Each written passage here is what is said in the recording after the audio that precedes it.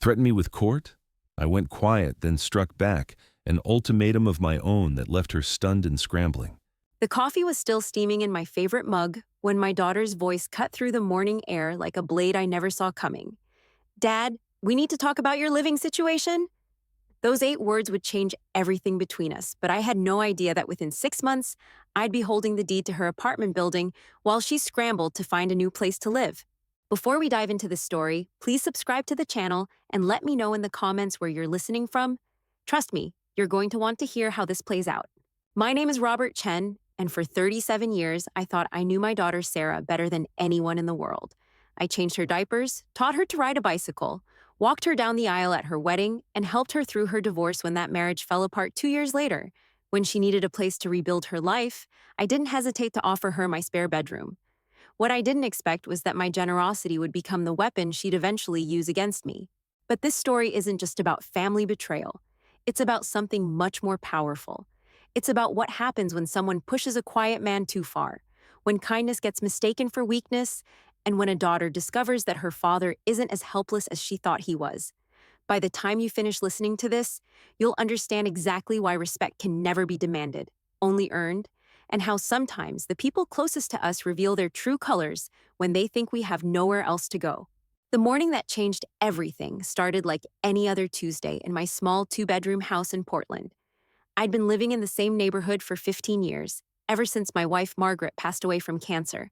The house held too many memories for some people's taste, but I found comfort in the familiar creaks of the hardwood floors and the way the morning sun hit the kitchen table where Margaret used to read her mystery novels. Sarah had been staying with me for 8 months by then. 8 months since her ex-husband decided he was in love with his 25-year-old assistant and served Sarah with divorce papers that left her with barely enough money to cover first month's rent anywhere decent. 8 months of me cooking dinner for two instead of one, of finding long blonde hairs clogging my shower drain, of listening to her late-night phone conversations with friends who assured her she deserved better than what life had handed her. I didn't mind any of it, honestly. The house felt less empty with her there, less like a museum of memories and more like a home where people actually lived. Sure, she left dishes in the sink longer than I preferred.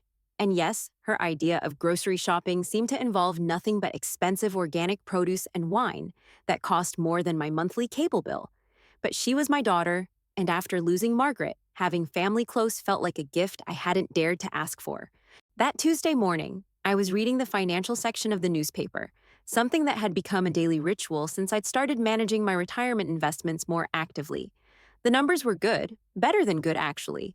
My modest Boeing pension, combined with the life insurance payout from Margaret's death and some surprisingly successful stock picks, had left me in a financial position that would have amazed my younger self. Not rich by Portland standards, but comfortable enough to sleep well at night and help out family when they needed it. Sarah emerged from her bedroom around 9:30, which was early for her these days. She worked remotely for a marketing firm, one of those jobs where success seemed to be measured more by how many video calls you attended than by any tangible results you produced. She was dressed in what I'd learned to recognize as her serious conversation outfit, the black blazer she wore when she needed to feel powerful, paired with jeans that probably cost more than my first car payment. She poured herself coffee from the pot I'd made an hour earlier, added the expensive oat milk she insisted was better for the environment, and sat down across from me at the kitchen table. The morning light caught the stress lines around her eyes, lines that seemed deeper every week despite her being only 32 years old. "Dad," she said, setting her mug down with the careful precision of someone who'd rehearsed this moment, "we need to talk about your living situation." I folded my newspaper and gave her my full attention, the way Margaret had taught me to do whenever Sarah needed to discuss something important.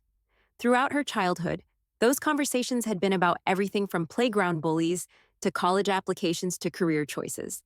I learned that my job was to listen first and offer advice only when asked. "What about my living situation, sweetheart?" She took a deep breath, the kind that people take when they're about to deliver news they know won't be well received. "This house, Dad, it's too big for just you. You're 73 years old, and you're rattling around in here all alone most of the time. It's not healthy." I wasn't alone, of course. She'd been living here for 8 months.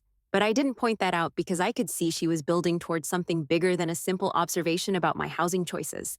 "The maintenance alone must be killing your budget," she continued, gaining momentum like a lawyer making her opening statement. The property taxes, the utilities for a house this size, the repairs that old houses need constantly. You're on a fixed income now, and every month you're spending money on space you don't really use. This was news to me, since I'd never mentioned having any financial difficulties. In fact, quite the opposite was true. My retirement was more secure than it had ever been, and the house was paid off completely. The monthly expenses she was worried about amounted to less than what some people spent on coffee and lunch during a typical work week. Sarah, I'm doing fine financially. The house isn't a burden, and I enjoy having the space. I like my garden, I like my workshop in the basement, I like being able to host family dinners when your cousins visit. But that's exactly what I mean, she said, leaning forward with the intensity of someone who'd clearly given this considerable thought. You're holding on to a lifestyle that doesn't make sense anymore. You could sell this place, take the equity, and move into a nice senior living community where you'd have people around, activities, meals provided. You'd be so much happier, and you'd free up all this money that's just sitting here in real estate. The phrase senior living community hit me like a physical blow. I'd visited enough of those places when Margaret's friends started moving into them. Sterile hallways, scheduled activities, dining rooms that smelled like industrial disinfectant and overcooked vegetables. Places where people went to wait politely for death while pretending to enjoy bingo nights and group sing-alongs. I'm not ready for that kind of change, Sarah. I'm healthy, I'm independent, and I'm happy here. This is my home. Her expression shifted then, from concerned daughter to something harder, more calculating. Dad, you're being stubborn about this, and it's not fair to anyone. What happens when you fall down those stairs to the basement? What happens when you have a medical emergency and there's no one around to help? You're putting yourself at risk, and you're putting me in an impossible position. What kind of impossible position? She stood up and began pacing around the kitchen, a habit she'd developed during her divorce proceedings, when the stress had become too much to contain while sitting still. I'll have to be the one dealing with the consequences of your poor decisions. I'll be the one getting phone calls from hospitals. I'll be the one managing your care when you can't manage it yourself anymore. It's not fair to expect me to carry that burden when there are better options available. The word burden struck me as particularly interesting. For 8 months, I'd been providing her with free housing, utilities, groceries, and emotional support, while she rebuilt her life after her marriage collapsed. During that time, I'd never once referred to her presence as a burden, even when her late-night crying sessions kept me awake, or when her friends came over for wine and conversation that lasted until 2 in the morning. But apparently, the possibility that I might someday need her help in return was an unacceptable burden that needed to be eliminated through preemptive action. Sarah, I appreciate your concern, but I'm not making poor decisions. I'm making the decision to continue living in my own home, maintaining my independence, and enjoying the life I've built here. If and when I need help, we can discuss options then. She stopped pacing and turned to face me directly, her hands on her hips in a posture I remembered from her teenage years when she was gearing up for a major argument. Dad, I've already looked into this. There's a beautiful assisted living facility just 20 minutes from here. It's got a waiting list, but I know someone who can get you moved to the top of the list. They have 1-bedroom apartments, all meals included, transportation to shopping and medical appointments, social activities every day. You'd love it once you got used to it. The fact that she'd already been researching facilities and pulling strings to get me admitted somewhere told me everything I needed to know about how long she'd been planning this conversation. This wasn't a spontaneous expression of concern. This was a carefully orchestrated campaign to relocate me whether I wanted to be relocated or not. And what happens to this house while I'm learning to love institutional living? Her pause was just a fraction of a second too long, but I caught it. Well, obviously you'd sell it. The market is really good right now for houses in this neighborhood. You could probably get $400,000, maybe more with the right staging and marketing. $400,000. I didn't need to check recent sales data to know that was a conservative estimate. Houses in my neighborhood had been selling for considerably more than that, especially ones that had been maintained as carefully as I'd maintained mine. But what struck me wasn't the number itself. It was the casual way she'd mentioned staging and marketing, as if she'd already been thinking about the logistics of putting my house on the market. Sarah, I said quietly, have you already contacted a real estate agent? Her face flushed slightly, which was answer enough, but she pressed forward anyway. I just made a few preliminary inquiries. To get an idea of what we'd be working with. Knowledge is power, Dad. The more information we have, the better decisions we can make. We. There was that word again. Somehow, my living situation had become our project. My house had become our asset to manage, and my future had become our decision to make together. Except I didn't remember agreeing to any partnership in determining how I spent my remaining years. I folded my hands on the table and looked at my daughter. Really looked at her, perhaps for the first time since she'd moved back in. The stress lines around her eyes weren't just from her divorce, I realized. They were from something else, something more immediate and pressing. The expensive clothes, the organic groceries, the wine that cost more than most people spent on an entire dinner out. Sarah was living beyond her means, and she had been for months. "How much is your rent going to be when you move out of here?" I asked. The question clearly caught her off guard. What does that have to do with anything? "You've been staying here for 8 months while you get back on your feet. I assume you're planning to get your own place eventually. I'm just curious about what that's going to cost you." She sat back down, but her posture remained defensive. "The rental market is insane right now, Dad. A decent one-bedroom apartment is running at least $1,800 a month, and that's in the less desirable neighborhoods. If I want something in a good area, close to work, we're talking $2,500 or more. And your income covers that comfortably?" Another pause, longer this time. "I'm working on increasing my client base. The marketing business is all about building relationships, and that takes time. But yes, I'll be fine once I find the right place." Once you find the right place, not once you can afford the right place, but once you find it. As if the challenge was availability rather than affordability. I began to understand that Sarah's concern about my housing situation might be more about her housing situation than mine. "What's your timeline for moving out?" Her coffee mug hit the table harder than necessary. "Why are you asking me these questions? We're supposed to be talking about your future, not mine." "Because I'm trying to understand why my future has suddenly become so urgent that you're researching assisted living facilities and real estate agents without consulting me first." She stood up again, but this time there was something desperate in her movement, like a cornered animal looking for an escape route. "Dad, you're twisting this around. I'm trying to help you make smart decisions before you're forced to make them in a crisis situation." "What crisis situation? What if you have a heart attack? What if you fall and break a hip? What if you develop dementia and can't live independently anymore? These things happen to people your age, and when they do, families have to scramble to figure out solutions. I'm trying to be proactive here." "I see. So your plan is to warehouse me in an assisted living facility while I'm still healthy and independent, just in case I might need care someday in the future." "That's not what I'm saying." "That's exactly what you're saying, Sarah. You want me to sell my house and move into institutional care as a preventive measure against problems I don't currently have." She was quiet for a long moment, staring out the kitchen window at the garden Margaret and I had planted together 15 years earlier. The roses were blooming beautifully this year, better than they had since Margaret died. I'd been taking extra care with them, finding comfort in the routine of watering and pruning and fertilizing, in the way they responded to attention and patience. "Dad," she said finally, her voice softer but somehow more determined, "I can't take care of you if something happens. I can barely take care of myself right now.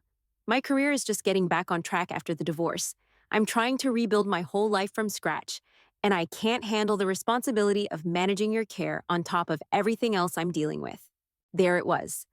The truth underneath all the concern about my well-being and my housing situation. Sarah wasn't worried about my future, she was worried about her own. She was looking at a 73-year-old father who might someday need her help, and she was trying to eliminate that possibility before it could interfere with her plans. "Nobody's asking you to take care of me, Sarah." But that's what happens, isn't it? When elderly parents refuse to make reasonable preparations for their declining years, their adult children end up having to step in and make difficult decisions for them. I've seen it happen to my friends. Their parents wait too long, something bad happens, and suddenly the kids are scrambling to find care options while dealing with a medical crisis. So this is really about protecting yourself from inconvenience. She whirled around to face me, her composed facade finally cracking. "It's not about inconvenience, Dad. It's about reality. I'm 32 years old. I'm starting over after a failed marriage, and I need to focus on building a stable future for myself. I can't do that if I'm constantly worried about what's going to happen to you. But you're not constantly worried about what's going to happen to me, are you, Sarah? You're worried about what's going to happen to you if something happens to me. There's a difference." The silence stretched between us like a chasm that had been there all along, hidden beneath 8 months of polite coexistence and my willingness to overlook the warning signs I should have recognized much earlier. I need you to seriously consider what I'm telling you, she said, her voice taking on a tone I'd never heard before, cold and final. This house is too much for you to handle, and keeping it is a mistake that's going to affect both of us. If you won't make this decision voluntarily, then maybe it's time to consider other options. What other options? She met my eyes directly, and for a moment I saw something that made my chest tighten with a combination of disappointment and recognition. I could petition the court to have you declared incompetent to manage your own affairs. If I can show that you're making decisions that put yourself at risk, a judge might agree that someone else needs to make housing and financial decisions for you. The words hung in the air between us like a death sentence. My own daughter was threatening to have me declared mentally incompetent unless I agreed to sell my house and move into the assisted living facility she'd already researched. The daughter I'd raised, supported, and welcomed back into my home when her marriage fell apart was now threatening to take away my legal right to control my own life. I see, I said quietly, and I suppose you'd volunteer to be the someone else making decisions for me? Dad, I don't want it to come to that. But if you force my hand by refusing to be reasonable about this situation, then yes, I'll do what I have to do to protect both of us. Protect us from what, exactly? From the consequences of your stubbornness. I stood up slowly, my hands steady, despite the rage building in my chest like a pressure cooker approaching the danger zone. Sarah, I want you to pack your things and leave my house. Today. Her mouth fell open in shock. What? You heard me. If you think I'm incompetent to manage my own affairs, then you certainly shouldn't be living under my roof and depending on my generosity. Pack your belongings and find somewhere else to stay. Dad, you're overreacting. I didn't mean that I actually wanted to take legal action. I was just trying to make you understand how serious this situation is. The situation is very serious, Sarah, but not in the way you think it is. The serious situation is that my daughter has been living in my house for 8 months while planning to have me declared mentally incompetent so she can force me to sell my home and move into institutional care against my will. That's not concern for my well-being. That's elder abuse, and I won't tolerate it for another day. She stared at me as if I'd suddenly started speaking a foreign language. You can't just kick me out. I don't have anywhere else to go right now. You should have thought about that before you threatened to have me declared incompetent. You have until tonight to find alternative arrangements. Dad, please. You're being completely unreasonable about this. I was trying to help you see that you need to make some changes for your own good. For my own good or for your peace of mind? She didn't answer, which was answer enough.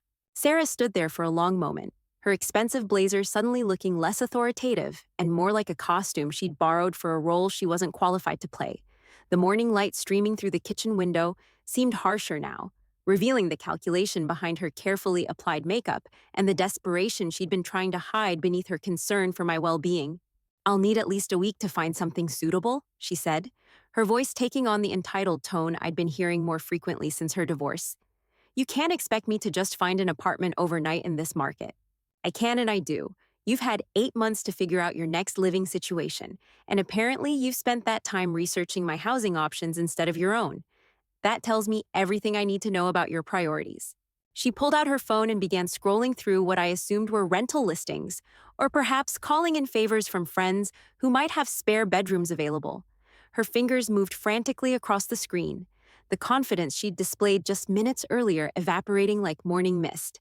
This is ridiculous, Dad. You're throwing away your daughter over one conversation that got a little heated. I was trying to have an adult discussion about planning for your future, and you're acting like I committed some kind of crime. You threatened to have me declared mentally incompetent, Sarah. In most states, that would be considered a form of elder abuse. So yes, I'd say that qualifies as criminal behavior.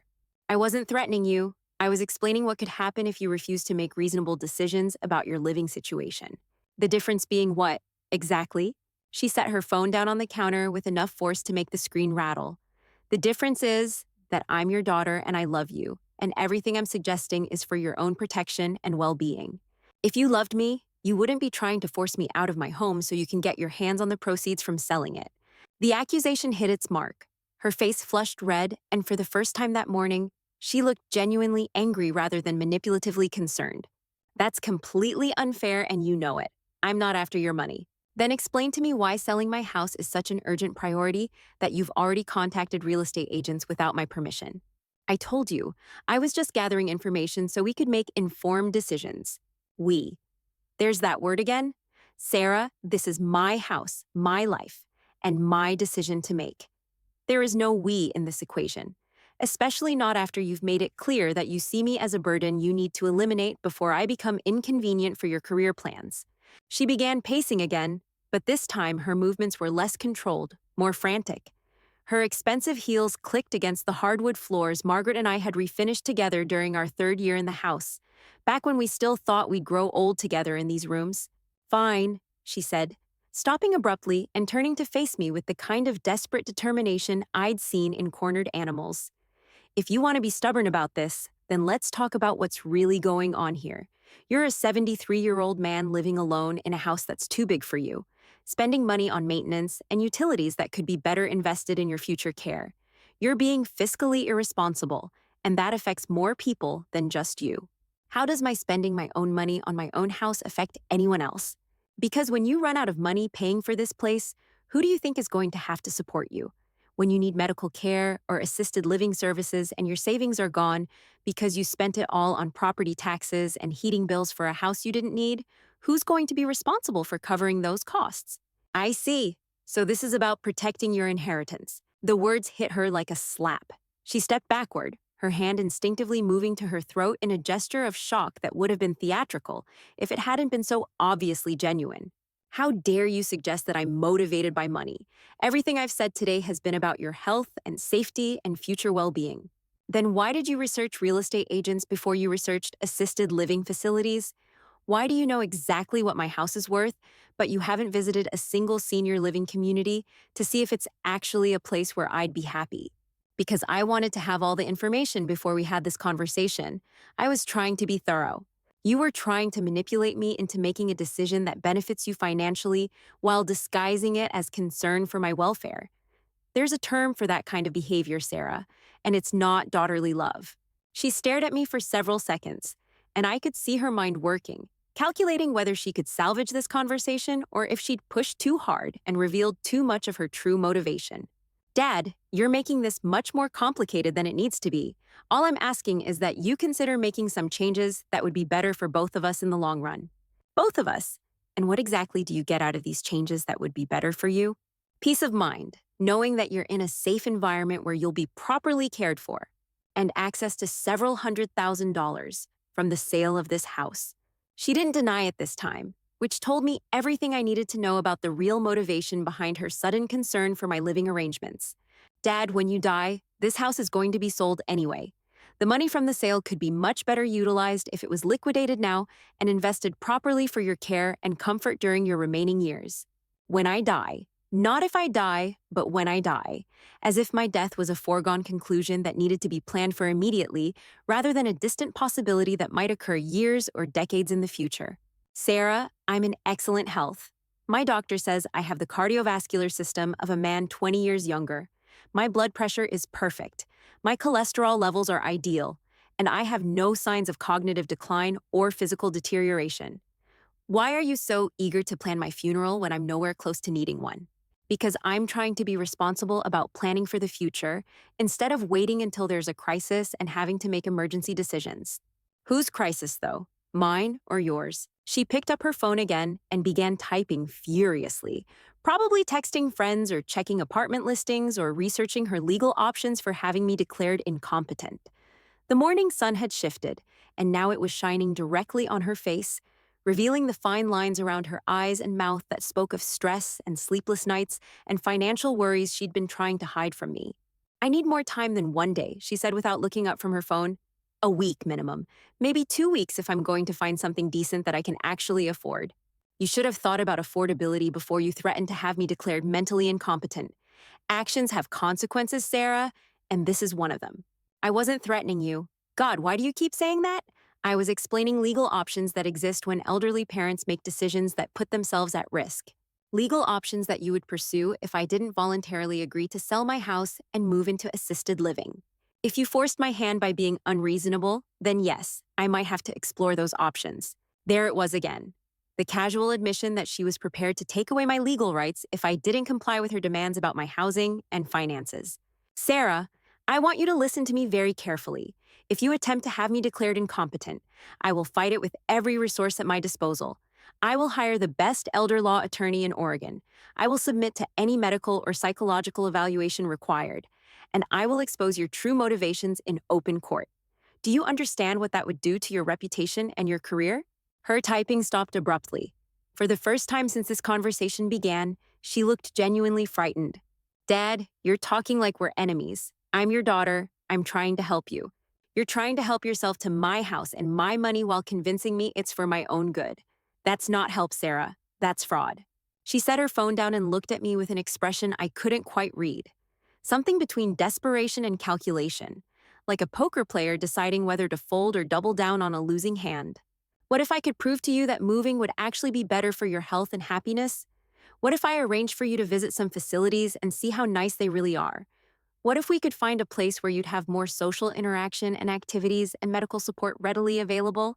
What if you packed your belongings and found your own place to live so you could stop trying to manipulate your father into making financial decisions that benefit you more than they benefit him? The question hung in the air between us like smoke from an explosion. Sarah's carefully constructed argument was falling apart, and we both knew it. She'd overplayed her hand by threatening legal action, and now she was scrambling to find a way back to the moral high ground she'd never actually occupied.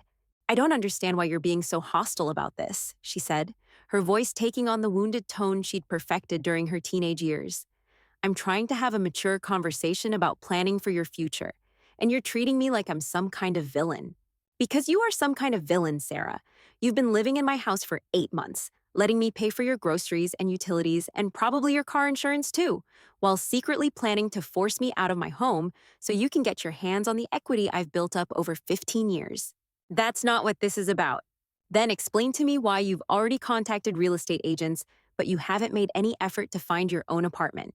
She didn't have an answer for that, because there wasn't one that didn't involve admitting that she'd been using me as a free place to live while plotting to take away my home and my independence.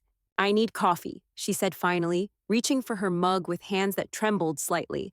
This conversation is getting too intense, and I think we both need to calm down before we say things we'll regret.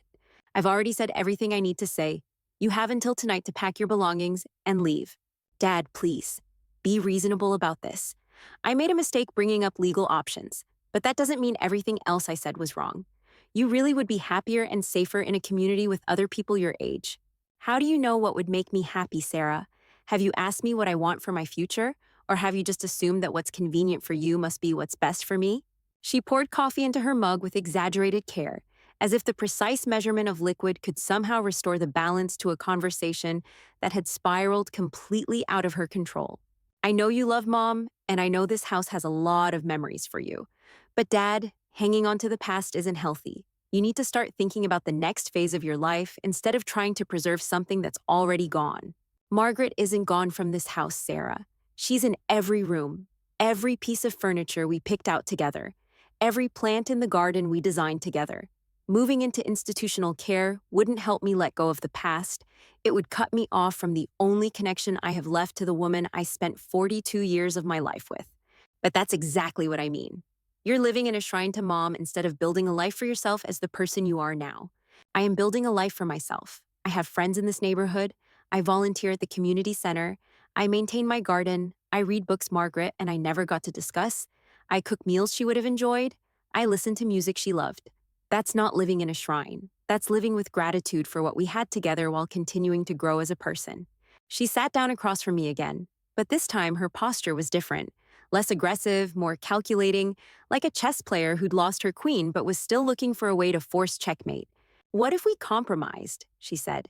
What if you kept the house but we arranged for someone to check on you regularly? A housekeeper maybe, or a part-time caregiver who could help with maintenance and make sure you're staying healthy. And who would pay for this housekeeper or caregiver? Well, you would, obviously, but it would cost less than assisted living, and you'd get to stay in your own home. So instead of moving into a facility where meals and housekeeping are included in the monthly fee, I should hire separate services that would cost more money and provide less comprehensive care? The goal isn't to save money, Dad. The goal is to make sure you're safe and healthy while respecting your desire to stay in your own home. If the goal was to make sure I'm safe and healthy, you wouldn't have threatened to have me declared incompetent when I disagreed with your housing recommendations. She was quiet for a long moment, staring into her coffee as if it might contain the answer to a problem she'd created but couldn't solve. I'm scared, Dad, she said finally. I'm scared that something will happen to you and I won't be able to help. I'm scared that you'll fall down the stairs or have a heart attack or develop dementia, and I'll get a phone call from a hospital telling me that you've been lying on the floor for days because there was nobody around to check on you. That's a legitimate concern, Sarah.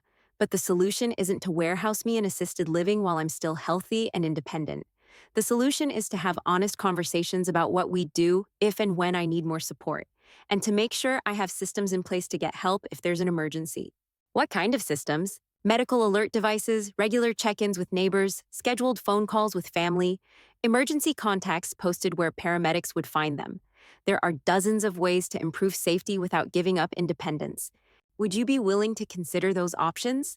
I'd be willing to discuss them with you if you were still going to be living somewhere else by tonight. She looked up from her coffee with something that might have been hope. Does that mean you're not serious about kicking me out today? I'm completely serious about kicking you out today, but I'm also serious about maintaining a relationship with my daughter if she's willing to treat me with respect instead of trying to manipulate me into making decisions that benefit her more than they benefit me. The kitchen fell silent except for the ticking of the clock on the wall and the distant sound of traffic on the street outside. Sarah sat perfectly still, apparently weighing her options and trying to decide whether she could afford to call my bluff or if she needed to start making phone calls to find emergency housing. I don't have anywhere to go on such short notice, she said quietly. You should have thought about that before you threatened to have me declared incompetent. I keep telling you, I wasn't threatening you. Sarah, let me explain something to you about threats. When someone says they might pursue legal action to take away your rights unless you do what they want you to do, that's called a threat. It doesn't matter if you call it explaining options or being proactive or protecting someone from their own poor decisions. It's still a threat, and I don't negotiate with people who threaten me. She finished her coffee and set the mug in the sink, her movements slow and deliberate as if she was buying time to think of another approach. What if I apologized? What if I admitted that I handled this conversation badly and promised never to bring up legal action again? What if you packed your belongings and found your own place to live like the 32-year-old adult you claim to be? Dad, please, I made a mistake, but that doesn't mean you should destroy our relationship over it. I'm not destroying our relationship, Sarah. I'm setting boundaries that should have been set 8 months ago when you moved back in. You're an adult with a career and an income, and it's time you started acting like one instead of treating me like a personal bank account and free housing service. She walked to the kitchen window and stared out at the garden Margaret and I had planted together, the roses that were blooming more beautifully this year than they had since Margaret died. For a moment, I thought she might be seeing the beauty in what Margaret and I had created together, understanding why leaving this place would feel like losing another piece of the woman I'd loved for most of my adult life. But when she turned back to face me, her expression was hard and determined, like someone who'd made a decision that surprised even herself. Fine, she said. If that's how you want to play this, then that's how we'll play it. But don't expect me to come running when you need help, because I won't be available anymore. I wouldn't dream of asking for help from someone who threatened to have me declared incompetent, Sarah. That bridge was burned the moment you decided to use legal intimidation to get what you wanted. She walked out of the kitchen without another word, and I could hear her footsteps on the stairs as she went to her room to begin packing. The house felt different already, lighter somehow, as if a weight I hadn't realized I was carrying had suddenly been lifted from my shoulders. I poured myself another cup of coffee and returned to my newspaper. But the financial section that had seemed so interesting an hour earlier now felt irrelevant. My portfolio was doing well, better than I'd expected when I'd started taking a more active role in managing my investments after Margaret's death. But more importantly, I was beginning to understand that money wasn't just numbers on a statement or equity in a house. Money was power, and power could be used to protect the things that mattered most. By the time Sarah came downstairs with her suitcases, I'd made 3 phone calls that would change both of our lives in ways neither of us could have imagined that morning. The first call had been to my financial advisor, Marcus Webb, a man I'd trusted with my retirement planning for over a decade. Marcus, I need to liquidate some investments and move quickly on a real estate opportunity. How much cash can I access within the next 30 days? His response had been exactly what I'd hoped to hear. Between my stock portfolio, bonds, and the cash reserves I'd been building since Margaret's death, I could access nearly $600,000 without touching my pension or emergency funds, more than enough for what I had in mind. The second call went to Patricia Morrison, a real estate agent who'd been sending me market updates for years, hoping I'd eventually decide to sell. Patricia, I'm not interested in selling my house, but I am interested in buying something. Investment property. What kind of apartment buildings are available in the 2 to 4 unit range? Her excitement was palpable through the phone. Robert, you've picked the perfect time to get into rental properties. Interest rates are reasonable and there's strong demand for quality apartments. I have several properties that might interest you, including a beautiful 4 unit building that just came on the market. The third call had been the most satisfying. Tom Bradley, a private investigator I'd met through my volunteer work at the community center. Tom, I need a comprehensive background check on someone. Financial history, employment records, rental history, credit score, everything you can legally obtain. When I gave him Sarah's name and social security number, he'd been quiet for a moment. This is your daughter, isn't it, Robert?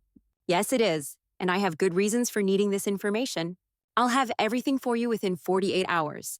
By the time Sarah dragged her last suitcase to the front door, I was sitting in my favorite chair with a cup of tea and a folder full of property listings Patricia had emailed over. She stood in the doorway for several minutes, apparently waiting for me to acknowledge her departure, or perhaps hoping I'd change my mind about evicting her. I didn't look up from the real estate listings. This isn't over, Dad, she said finally. You can't just cut me out of your life because we had one disagreement about your future.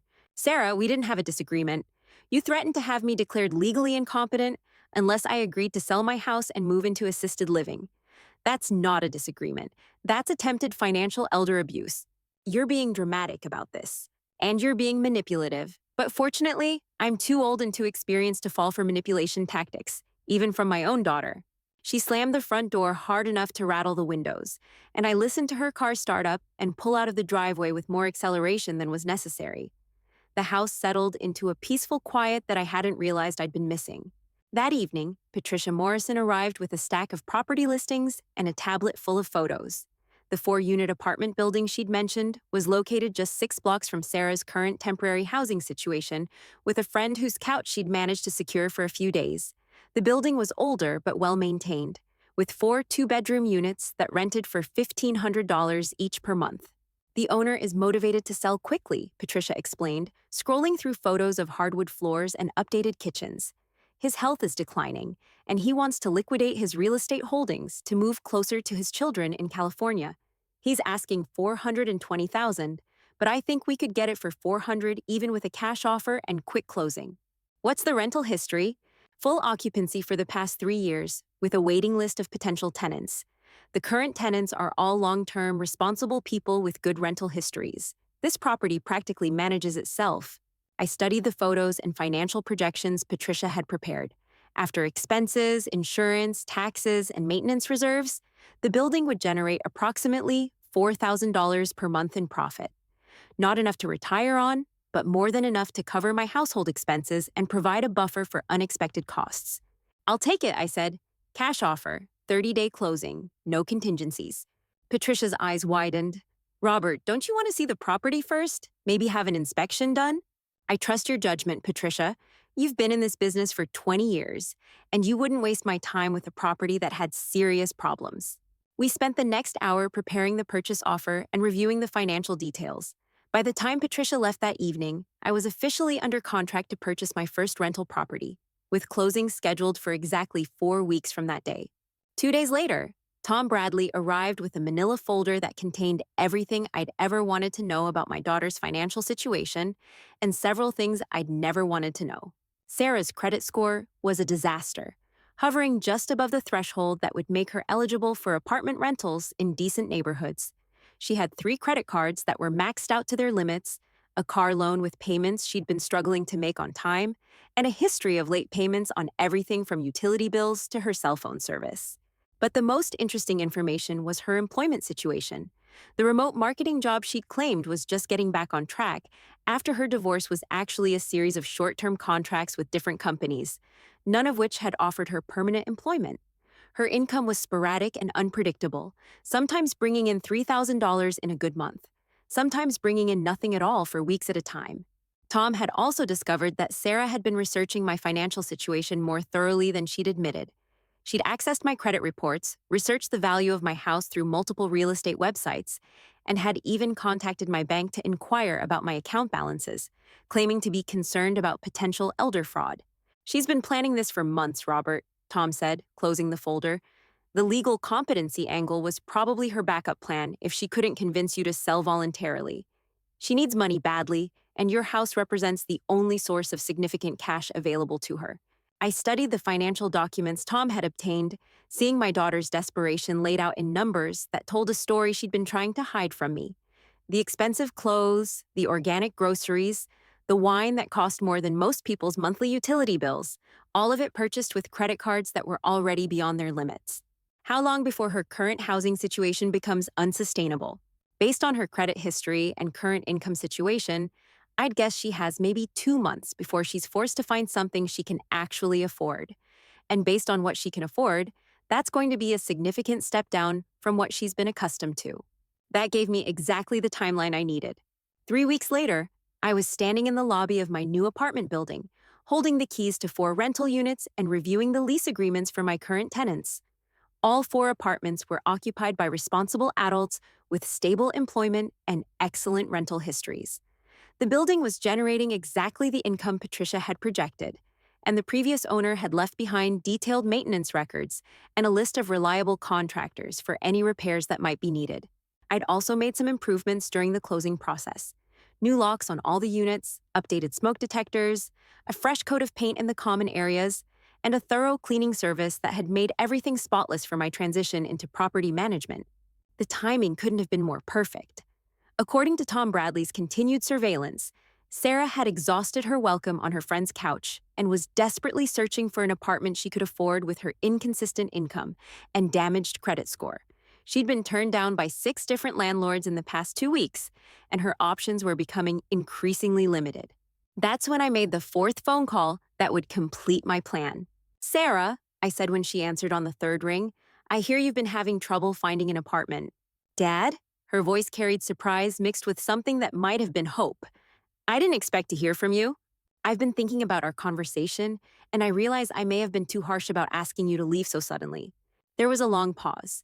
I could hear traffic in the background and what sounded like she was sitting in her car, probably between apartment viewings that weren't going well. "I've been trying to find a place, but the rental market is even worse than I thought. Everyone wants first month, last month, and a security deposit plus proof of income that's 3 times the monthly rent. With my contract work, that's hard to document consistently. I might be able to help with that, Sarah. I recently purchased a small apartment building as an investment property. One of the units might be perfect for you." The silence stretched so long, I thought the call might have dropped. "Dad, are you serious?" "Completely serious. It's a nice 2-bedroom apartment in a good neighborhood, $1,500 a month, and since you're family, I'd be willing to work with you on the deposit and income verification requirements." I could practically hear her relief through the phone. "That would be amazing. Can I see it today?" "Of course. Why don't you meet me at the building at 6 o'clock? I'll show you around and we can discuss the lease terms." She arrived 20 minutes early, parked across the street from the building, and I watched her through the lobby window as she checked her makeup in her rearview mirror and practiced what looked like an apology speech.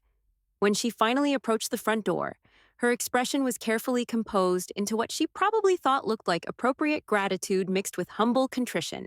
"Dad, thank you so much for this opportunity," she said as I let her into the lobby.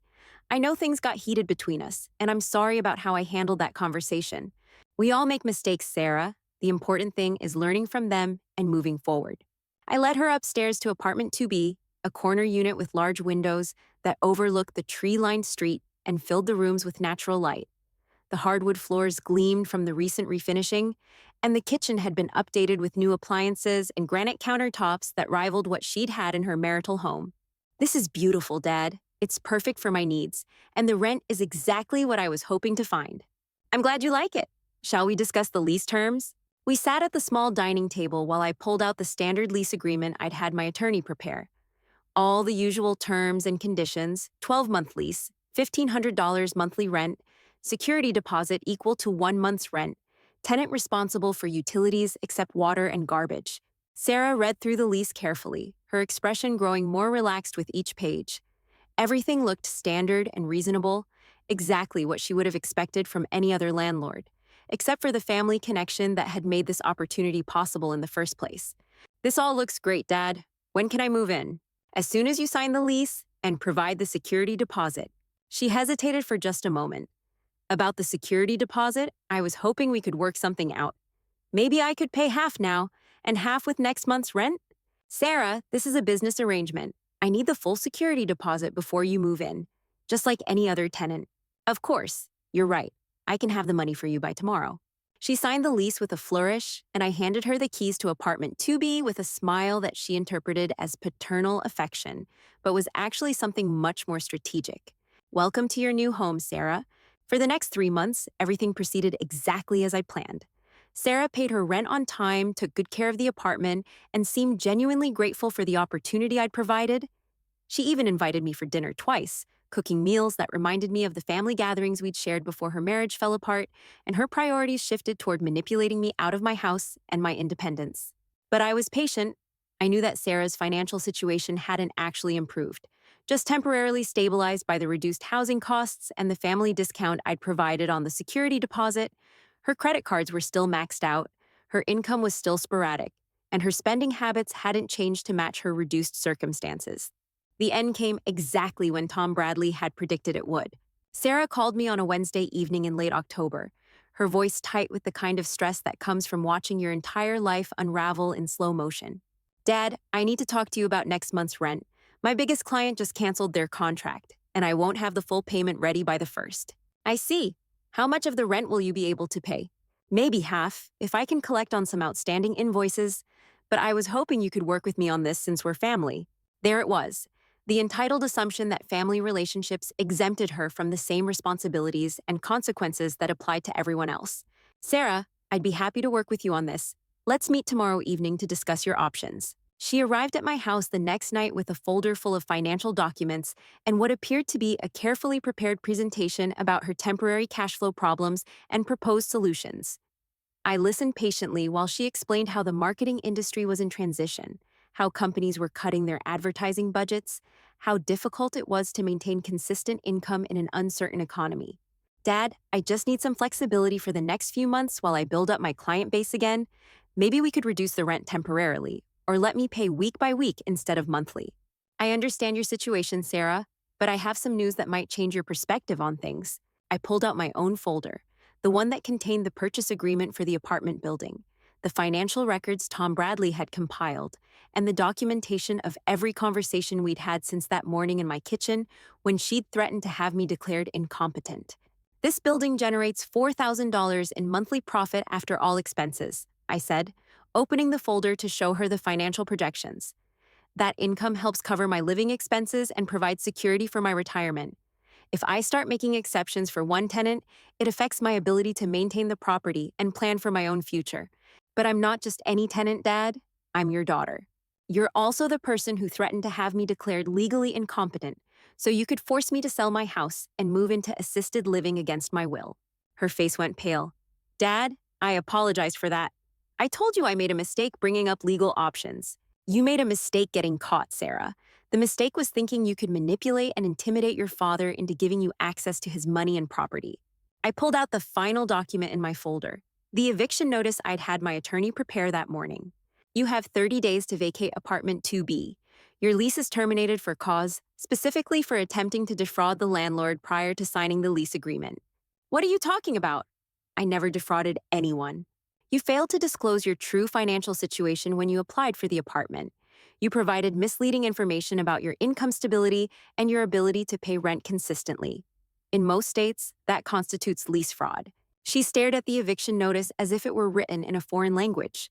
Dad, you can't do this to me. I don't have anywhere else to go. You should have thought about that before you threatened to warehouse me in assisted living so you could get your hands on the proceeds from selling my house. But we're family. Family doesn't do this to each other. Family doesn't threaten to have each other declared mentally incompetent either, Sarah. But apparently, you felt that was acceptable behavior when it served your purposes. She began crying then, not the manipulative tears she'd used during our kitchen confrontation, but genuine sobs of desperation and fear. For a moment, I almost felt sorry for her. Almost. Dad, please. I'll find a way to pay the full rent. I'll get another job. I'll sell my car. I'll do whatever it takes. Just don't kick me out. Sarah, you've had 9 months to get your financial situation under control. 9 months of free housing, reduced living expenses, and family support while you figured out your next steps. Instead of using that time to build stability, you used it to research ways to force me out of my own home so you could access my money. I wasn't trying to force you out, I was trying to help you make better decisions. You were trying to help yourself to my house and my savings account. There's a difference, and we both know it. She wiped her eyes with the back of her hand, smearing her carefully applied makeup and revealing the stress lines that had been growing deeper every month since her divorce. What happens now? She asked quietly. Now you learn what happens when you bite the hand that feeds you, I said, standing up to signal that our conversation was over. You have 30 days to find alternative housing arrangements. I suggest you use that time more wisely than you used the past 9 months. She left without another word, taking her folder of financial documents and her shattered assumptions about family loyalty and parental obligation. I watched through the window as she sat in her car for several minutes, probably trying to figure out where she could go or who she could call for help. The irony wasn't lost on me. Sarah had spent months trying to force me out of my home so she could benefit financially from my displacement. Now she was the one facing displacement, and there was no family member willing to absorb the cost of her poor financial decisions and manipulative behavior. 3 weeks later, I received a text message from an unknown number. It was Sarah, using a friend's phone because her cell service had been disconnected for non-payment. The message was short and bitter. I hope you're happy. You've destroyed your own daughter's life over money.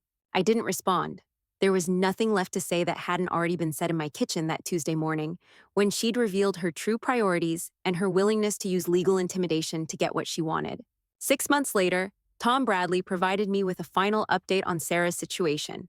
She'd moved in with a boyfriend she'd met online, a man with his own financial problems and a rental history that included 2 previous evictions. They were living in a studio apartment in a neighborhood where car break-ins were a weekly occurrence, and the closest grocery store required a 20-minute bus ride. She'd also been forced to declare bankruptcy, wiping out the credit card debt that had been crushing her for years, but also destroying what remained of her credit score. The marketing career she'd been trying to rebuild had effectively ended when word spread through the local business community about her financial instability and unprofessional behavior with clients. Meanwhile, my apartment building continued to generate steady income, and I'd used the profits to make improvements that increased both the property value and the rental rates. The 3 remaining tenants had all signed lease renewals, and I had a waiting list of potential tenants for apartment 2B, which I'd decided to renovate before re-renting. My own life had found a peaceful rhythm that I hadn't experienced since Margaret's death. Morning coffee while reviewing rental income and property maintenance schedules. Afternoon walks through neighborhoods where I was considering additional real estate investments. Evening phone calls with friends and distant relatives who appreciated hearing from me without expecting financial assistance. The house felt like home again, filled with memories of Margaret, but no longer haunted by the presence of someone who saw me as nothing more than a source of money and free housing. I'd learned that sometimes the most loving thing you can do for someone is to let them experience the full consequences of their choices, especially when those choices involve trying to manipulate and control the people who care about them most. Sarah had threatened to evict me from my own life, so I'd evicted her from hers instead. Justice served, lessons learned, and respect restored. Some people might call it harsh, but I call it necessary. Family loyalty has to flow both ways, and when it doesn't, it's not really family anymore. It's just expensive theater, and I was done buying tickets to shows where I wasn't welcome on stage. If you enjoyed this story, please give this video a like and subscribe to the channel for more stories about standing up for yourself when family relationships turn toxic. Share in the comments where you're listening from, and let me know if you've ever had to set firm boundaries with family members who took your generosity for granted. Thanks for listening, and I'll see you in the next one.